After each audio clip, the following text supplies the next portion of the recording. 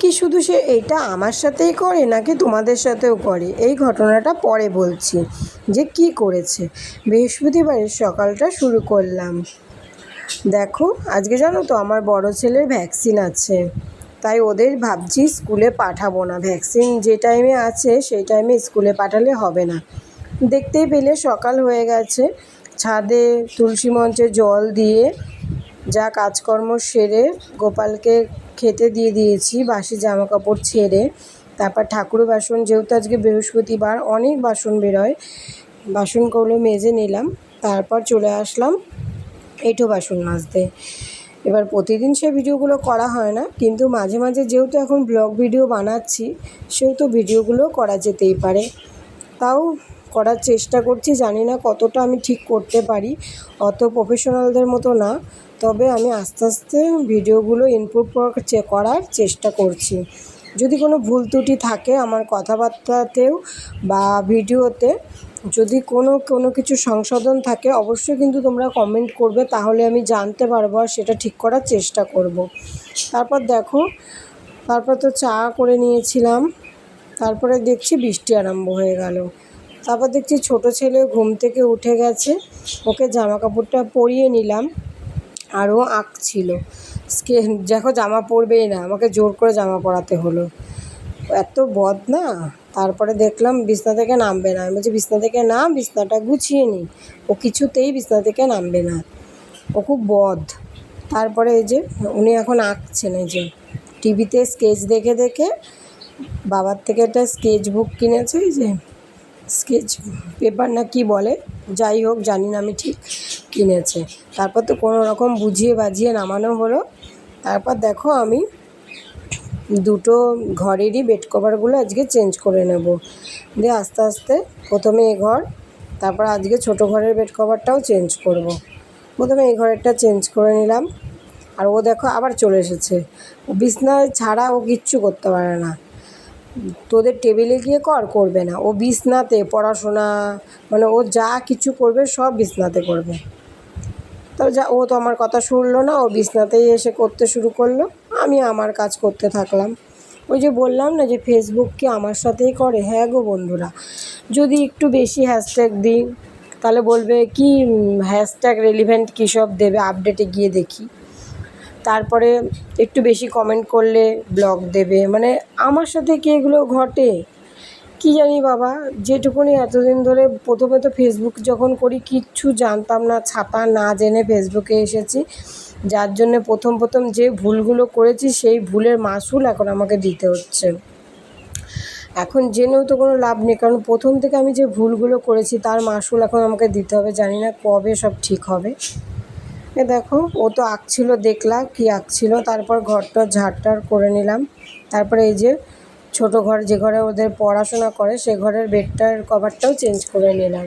আজকে আমি ভেবেছি যে সমস্ত দুটো ঘরের চাদর পাল্টাবো, কারণ বেশি দিন আমি চাদর রাখি না, দুদিন, একদিনের তুললে ভালো হয়, কারণ যা অবস্থা করে। তাও আমি দুদিন পরে তুললাম। তা ও বাবা দেখছি বৃষ্টি, কিন্তু আজকেই আমাকে কাচতে হবে, কিচ্ছু করার নেই, কারণ কালকে একটু একটা জায়গায় যাব। এখন বলছি না, কারণ না যাওয়া পর্যন্ত না বলাটাই উচিত। যখন যাব তখন বলবো, এটা সারপ্রাইজ রইল যে আমি কোথায় যাচ্ছি। তোমরা যদি কেউ গেস করতে পারো অবশ্যই করো। কালকেও ছেলেদের স্কুল যাওয়া হবে না, আজকে তো যেতে পারলোই না। তোমাদের সাথে কথা বলতে বলতে আমার বিছনার চাদর পরানো হয়ে গেল। তারপর আমি ঘরটা তো আগে ঝাড় দিয়ে নিয়েছি, এ দেখো ঘরটা দেখিয়ে দিলাম যে চাদরটা। তারপরে দেখো আমি কি ঘেমে গেছি, আর এত গরম করে কাজ করতে করতে একটুখানি দাঁড়াই আর কাজ করি। তারপর ঘরটা মুছে নিলাম। তারপরে দেখো এই সব জায়গায় মুছে নিলাম, বড় ঘর, ছোটো ঘর, বারান্দা। তারপর রকিকে নিয়ে আসলাম, ওর জায়গায় দিয়ে দিলাম, ওকে অন্য জায়গায় রাখি যখন আমি ঘর মুছি। তারপর চলে আসলাম নিচে কাজের ঘরে, সেখানেও ঘরটার আগে ঝাড় দিয়ে নিয়েছি। তারপর এই যে পরিষ্কার করে মুছে নিলাম। তারপর স্নান করতে চলে গিয়েছিলাম, এই যে স্নান করে সব মেলে দিয়েছি। তারপর দেখছি মেঘের অবস্থা এই, তাই বলছিলাম কি জানি কি হবে, শুকাবে নাকি সেটাই। তারপরে ভাত বসিয়ে দিলাম। ভাত বসিয়ে ভাতটা হতে থাকবে, তারপর আমি ওদিকে পুজোটা করে নেব। এ দেখো আজকে বৃহস্পতিবারে বাজারে নিয়ে এসছে তরমুজ, ফুটি, শসা, বেদানা, ওদিকে নাশপাতি, আপেল, আর হচ্ছে যেগুলো আটি মানে ফুলের আটি, আর পান সুপারি যেগুলো আনে সেগুলো এনেছে। এগুলো সব দেখিয়ে নিলাম। তারপরে যে আমার পুজোটা কমপ্লিট হয়ে গেল, বৃহস্পতিবারের পুজোটা আমি সেরে নিলাম। এ দেখো ঠাকুরকে ভোগ দিয়ে দিয়েছি। এই যে তারপরে আমি পুজোটা আস্তে আস্তে সেরে নিলাম। এই দেখো জয় মা লক্ষ্মী, জয় তিরুপতি বালাজি, পুজোটা আমি ভক্তি ভরে করে নিলাম। আচ্ছা তারপরে এই দেখো আমার ঠাকুরঘর, তারপরে এই যে প্রসাদ দেখো কত প্রসাদ হয়, কিন্তু আমি না এখন প্রসাদ খাবো না, এখন আমি কটা ভাত খাবো। তারপরে এসেই ভাতটা পরে খেয়েছি, কারণ আগে এসে একটা তরকারি করতে হবে, নাহলে হবে না। যে সোয়াবিন করব, আজকে সোয়াবিন করেছি, একটু ঝাল ঝাল করেই সোয়াবিনটা করেছি, কারণ ভালো লাগছিল না। আর করেছি এই যে সব ডাঁটা সমস্ত রকম সবজি দিয়ে পাঁচমিশালি বড়ি টড়ি দিয়ে একটা তরকারি করেছিলাম। আর সজনে পাতা এনেছিল, দেখো কতগুলো শাক বাছলাম, একটুখানি হয়ে গেল সজনের শাকটা। তারপরে এই দেখো দুপুরে খাওয়া দাওয়া করে নিয়েছি, তারপরে আবার বাসন মাজা থাকে, সেটাই তোমাদের সাথে বলছিলাম যে এই দেখো আবার বাসন মেজে নিচ্ছি। এটাই আমাদের কাজ, সেটাই তোমাদেরকে বলছিলাম।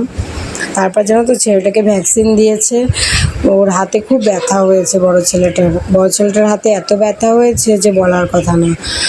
জ্বরটা আসেনি, ওষুধ দিয়ে দিয়েছি, তা বলেছি যে পড়তে হবে, বলছে না ভাইয়ের হলে তুমি পড়তে পাঠাও না, আমাকে কেন পড়তে পাঠাবা।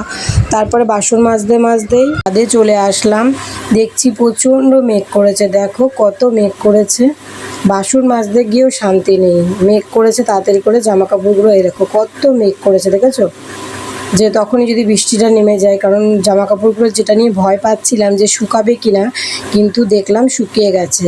ছেলেদের স্কুলের জামা টামা সব কেচে দিয়েছিলাম। তারপর জামা কাপড়টা তুলে এসে আমি তো ফল খাইনি তখন, দিয়ে এক ফালি তরমুজ রেখে দিয়েছিলাম, সেটাই খেয়ে নিলাম। তারপর ছেলেরা পড়তে যাবে বিকালে, তার আগে ওদের কাজগুলো একটু করিয়ে নিচ্ছিলাম। ছোট ছেলে ম্যাম যে কাজগুলো দেয় সেই কাজগুলোকে নিয়ে বসিয়েছিলাম, বললাম একটু করিয়ে নিই, তারপর একটু শোবো। তা শুতে গেলাম, আর বলছি না শুলে আমি যদি এখন শুয়ে পড়ি না, ওরাও শুয়ে পড়বে, তার বাবা আমার দরকার নেই। তার থেকে এরকমভাবে একটুখানি মাজা ব্যথা করছিলো, জানো তো, প্রচণ্ড মাজা ব্যথা করছিলো, কারণ আজকে বৃহস্পতিবারের এত চাপ না, একটুও সময় পাইনি একটুখানি বসার বা একটু শোয়ার, যার জন্যে আমি না একটু হাঁটাহাঁটি করলাম। তারপরে এ দেখো মুখ ভার হয়ে রয়েছে, দুজনারায় শুয়ে রয়েছে। তা ভিডিওটি কেমন লাগলো অবশ্যই কমেন্ট করো। টাটা।